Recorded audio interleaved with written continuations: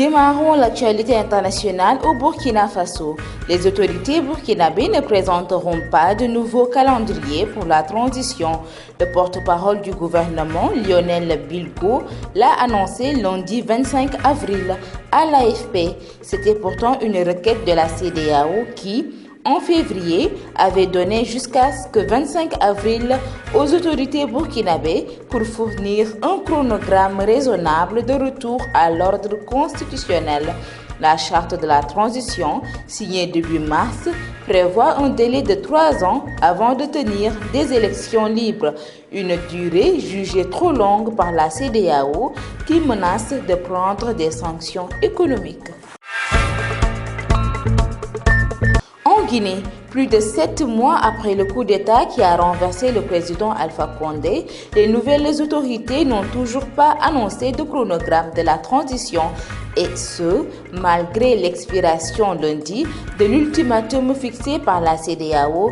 L'organisation sous-régionale n'a pas encore communiqué sur la marche à suivre, mais selon certaines sources, la CEDEAO se laisse encore quelques jours pour poursuivre les discussions. Ces dernières semaines, Conakry a posé certains actes pour tenter de se conformer aux exigences de l'organisation sous-régionale.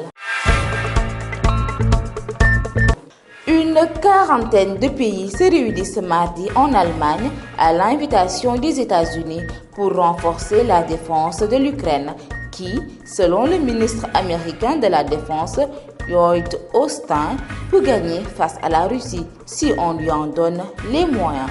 Mesdames et messieurs, c'en est tout pour l'actualité internationale.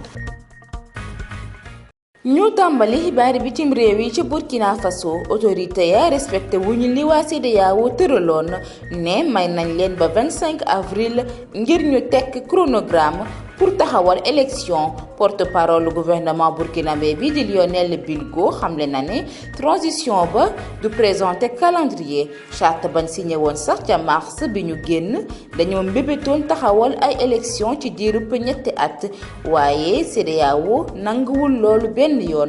Xamle na ne ñetti at yooyee xaar ko day yàgg ba tax na menacé na jël ay sanctions économiques ci mbir moomee.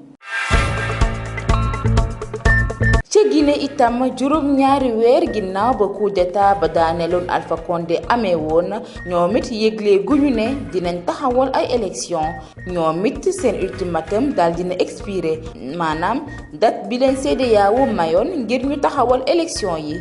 CEDEAO nag waxagul matuwaay yi mu nar a jël wante ci kàddu ki yenn source CEDEAO dafay jël diir ngir amal ay waxtaan laata muy jël décision.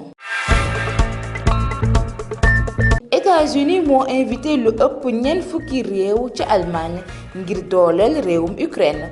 Ministre américain ba yore wàllum défense ba di Lloyd Austin mu ngi xamle ne Ukraine mën naa gañe Russie su dajalee matuwaay yépp. Mbokk yi tey li moo nekkoon seen xibaaru bitim réew.